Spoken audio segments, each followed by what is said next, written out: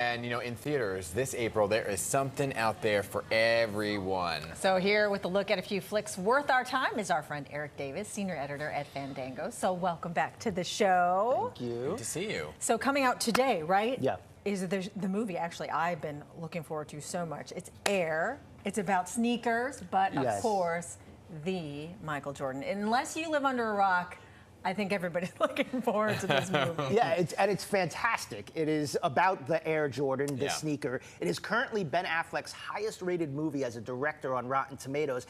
And for Matt Damon and Ben Affleck, who both star in the film, it is their highest-rated since Good Will Hunting back in 1997. And this is set in the mid-'80s when Nike was in last place behind Converse and Adidas. Yeah. They desperately wanted a basketball star. They couldn't afford anyone. Right. And this one guy was like, I want to bet our entire budget on Michael Jordan. Hadn't played a day in the NBA yet, was drafted third. They said, we're going to put it all on Michael Jordan, all the chips. We're going to design a shoe around him. That's what this film is about. I think it's awesome. I can't wait to see this. It's going to be awesome. I think, yeah, you saw it already, so you know. Yes. Also coming out, by the way, when did Rotten Tomatoes become like the leading?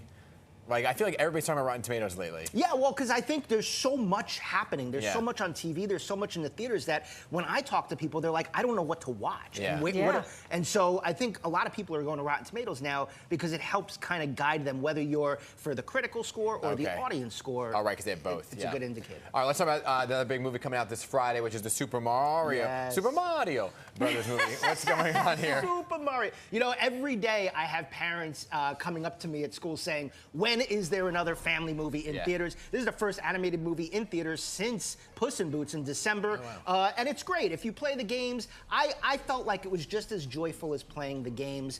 All of the characters from every era of Mario are in this film. Chris Pratt, Charlie Day, Anya Taylor-Joy, Jack Black, Seth Rogen, some of the voices. Wow, great. Really fun time. I'll tell you this, we're making a day of this, watching that movie, my whole family. So the next one you have to talk about is Renfield. It's instead of focusing on Dracula, this is about his assistant? Yeah, it isn't about it. It's like a horror comedy with like crazy action elements. I mean, this movie like blends every single genre together. Nicolas Cage, though, plays Dracula, and he is just tremendous as Dracula. Nicholas Hoult plays his assistant. And yeah, this is about his assistant kind of trying to get beyond Dracula. Like, he wants to be his own person, and it's really R-rated and wild. So if that's your cup of tea, I recommend it. Yeah, it is. Unrated and wild, that's yeah, exactly. Unrated and wild. Let's talk about a New York-centric film, right? Let's take a look first, Eric, at Somewhere in Queens. Gets on that team, everything changes for him. You need to turn down the rah-rah. Look, I'm excited. Just let it be his choice. She broke up with me. I'm so surprised. Your mom's hysterical because she doesn't like seeing you like this, getting hurt. Forest Hills. We worked on a house over there. Guy at Maserati. So actor and comedian Ray Romano, he directed this film, as well as we just saw, he stars in it. Yes. What's happening in this movie? And you saw Laurie Metcalf plays his wife, and then you briefly saw Sebastian Maniscalco. It's about Italian family from Queens. That's what this film is about.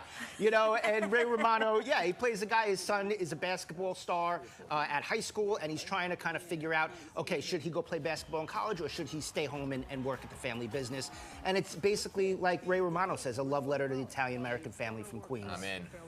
Very New York. I'm in for this. Let's squeeze in this one. Big George Foreman. Is it about the Foreman Grill? It's, you know what, I kept saying that. When is the Foreman Grill going to show up? But it is in the film. But yeah, I mean, look, George Foreman has a tremendous career. He was a big-time boxer, a champion, retired from boxing to become a preacher, and then became another champion in the 90s. I mean, this takes you through his entire life story. It is a traditional biopic in that sense. I would say it does lean into his religion and him being a preacher. And so I think that if you are somebody who likes kind of religious-themed films, I think you get a lot there. And real quick, we're running out of time. Guardians of the Galaxy, Volume 3. Volume 3. Tickets just went on sale this week. We're a month away from that film hitting. I mean, wraps up the trilogy.